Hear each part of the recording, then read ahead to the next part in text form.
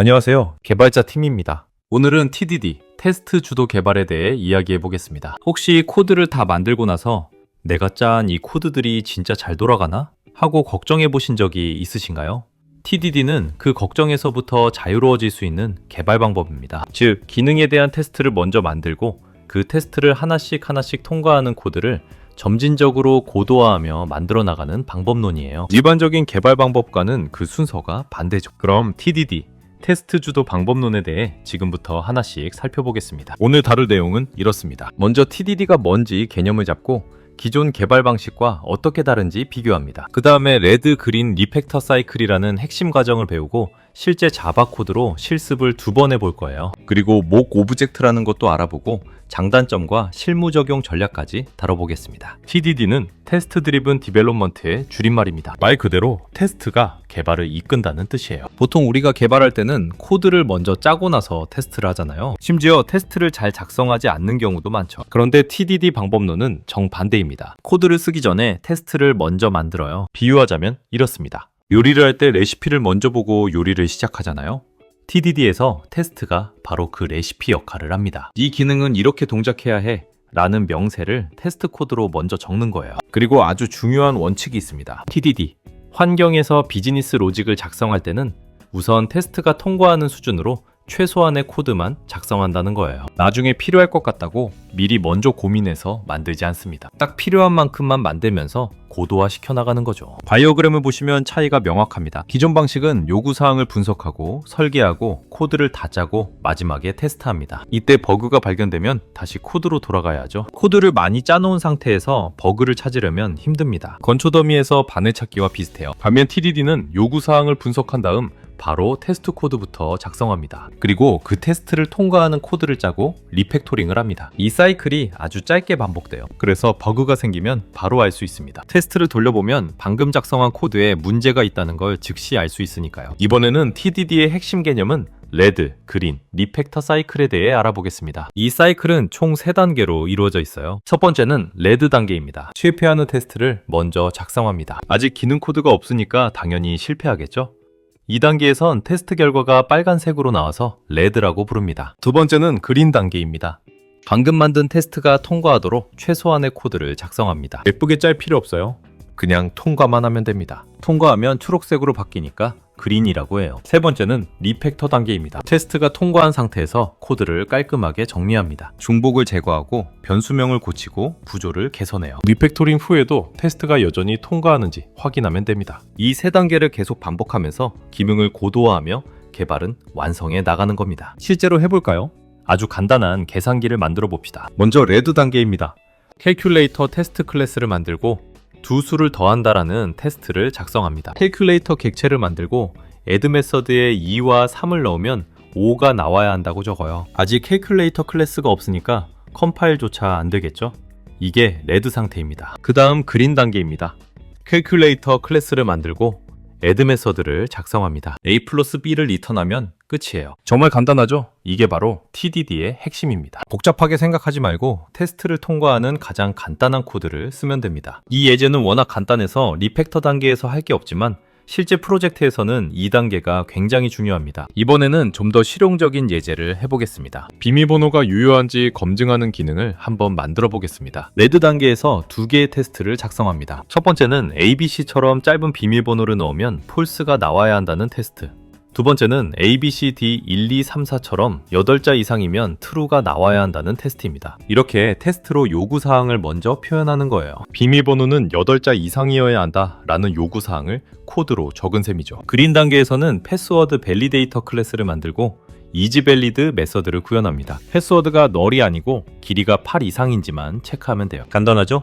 나중에 숫자가 반드시 포함되어야 한다는 요구사항이 추가되면 먼저 그 테스트를 추가하고 나서 코드를 수정하면 됩니다. 이렇게 개발하는 방식이 TDD의 자연스러운 흐름이에요. 로버트 C. 마틴, 우리의 엉클밥께서 TDD의 3가지 법칙을 정리했습니다. 법칙 하나, 실패하는 유닛 테스트가 없으면 프로덕션 코드를 작성하지 않는다. 즉, 항상 테스트가 먼저입니다. 법칙 2, 실패하기에 충분한 만큼만 테스트를 작성한다. 테스트도 한꺼번에 많이 쓰지 말고 컴파일이 안 되는 것도 실패로 봅니다. 법칙 셋, 현재 실패하는 테스트를 통과하기에 충분한 만큼만 프로덕션 코드를 작성한다. 미리 앞서가지 않는 거예요. 이 세 법칙을 따르면 레드와 그린 사이클이 30초에서 2분 간격으로 빠르게 반복됩니다. 리듬감이 생기면 개발이 정말 재미있어져요. 실제 프로젝트에서는 우리가 테스트하려는 코드가 데이터베이스나 외부 API 같은 다른 시스템에 의존하는 경우가 많습니다.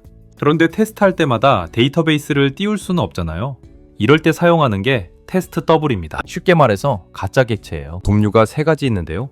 스톱은 미리 정해진 값을 반환하는 가짜 객체입니다. 이 메서드를 호출하면 이 값을 돌려줘 라고 설정해 두는 거예요. 목은 여기에 더해서 호출 여부까지 검증합니다. 이 메서드가 정말 호출되는지 확인할 수 있어요. 페이크는 실제 동작을 단순화해서 구현한 겁니다. 예를 들어 데이터베이스 대신 해시맵을 쓰는 리포지토리가 페이크에 해당합니다. 슬라이드에 있는 코드를 보시면 모키토라는 라이브러리를 사용해서 유저 리포지토리에 목 오브젝트를 만들고 find by id를 호출하면 테스트용 유저를 반환하도록 설정한 겁니다. 이제 목을 활용한 좀 더 실전적인 예제입니다. 주문 서비스를 테스트해 볼 건데요. 주문 서비스는 재고를 확인하는 스톡 리포지토리에 의존합니다. 스톡 리포지토리를 목으로 만들고 오더 서비스에 주입합니다. 첫 번째 테스트는 재고가 있으면 주문이 성공한다입니다. 스톡 리포지토리에 게스톡 메서드가 호출되면 10을 반환하도록 설정합니다. 그리고 3개를 주문하면 성공해야 하고 디크리스 스톡 메서드가 호출되는지도 검증합니다. 두 번째 테스트는 반대로 재고가 0일 때 주문이 실패하는지 확인합니다. 이렇게 외부 의존성을 목으로 격리하면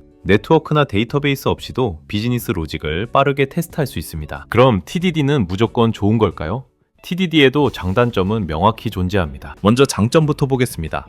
가장 큰 장점은 버그를 조기에 발견할 수 있다는 겁니다. 코드를 쓰자마자 테스트가 돌아가니까 문제를 바로 잡을 수 있어요. 그리고 설계가 자연스럽게 좋아집니다. 테스트하기 쉬운 코드를 만들려면 클래스 간 의존성을 느슨하게 만들어야 하거든요. TDD를 하다 보면 자연스럽게 좋은 설계가 됩니다. 리팩토링 할 때 안전망 역할도 합니다. 코드를 수정한 뒤에 테스트를 돌려서 기존 기능이 깨지지 않았는지 바로 확인할 수 있어요. 마지막으로 테스트 코드 자체가 문서 역할을 합니다. 이 클래스는 이렇게 사용하면 된다는 걸 테스트 코드가 보여주는 거예요. 단점도 있습니다. 처음에는 개발 속도가 느려질 수 있어요. 코드만 짜면 될 걸 테스트까지 작성해야 하니까요. 학습 곡선도 있고요. 좋은 테스트를 설계하는 건 별도의 역량입니다. 그리고 모든 걸 TDD로 하려고 하면 불필요한 테스트가 쌓여서 오히려 유지 보수가 힘들어질 수 있습니다. UI나 외부 연동처럼 순수한 TDD를 적용하기 어려운 영역도 있고요. 그러면 실무에서는 TDD를 어떻게 시작하면 좋을까요? 바로 적용하기 좋은 영역은 플래스 계산이나 검증, 데이터 변환 같은 비즈니스 로직, 유틸리티 클래스, 그리고 API 엔드포인트 단위 테스트입니다. 이런 건 외부 의존성이 적어서 TDD 하기 편해요. 점진적으로 도입하는 좋은 방법도 알려드릴게요. 가장 추천하는 건 버그를 고칠 때 먼저 그 버그를 재현하는 테스트를 작성하는 겁니다. 테스트를 돌려서 정말 실패하는지 확인하고 그 다음에 버그를 고치면 테스트가 통과하겠죠. 이게 가장 자연스러운 TDD 입문법입니다. 새 기능을 추가할 때도 핵심 로직만 TDD로 시작하면 부담이 적어요. 반면 피해야 할 것도 있습니다. 100% 커버리지에 집착하지 마세요. 게터, 세터 같은 단순한 코드까지 테스트할 필요는 없습니다. 그리고 내부 구현 세부 사항에 의존하는 테스트는 코드를 조금만 바꿔도 깨지기 때문에 좋지 않습니다. 마지막으로 최종 정리를 해보겠습니다. TDD의 핵심 사이클은 레드, 그린, 리패터입니다. 테스트를 먼저 쓰고 최소한의 코드로 통과시키고 리팩토링하는 이 세 단계를 빠르게 반복하는 게 TDD의 전부입니다. 테스트 도구로는 자바에서 JUnit5, 모키토, 어설트 J를 주로 사용합니다. 외부 의존성은 목으로 격리하고요. 실무에서는 처음부터 모든 걸 TDD로 하려고 하지 마시고 버그를 고칠 때 테스트 먼저 작성하는 습관부터 시작해보세요. 그게 가장 자연스러운 입문법입니다. 오늘의 TDD, 테스트 주도 개발의 내용은 여기까지입니다. 시청해주셔서 감사드립니다.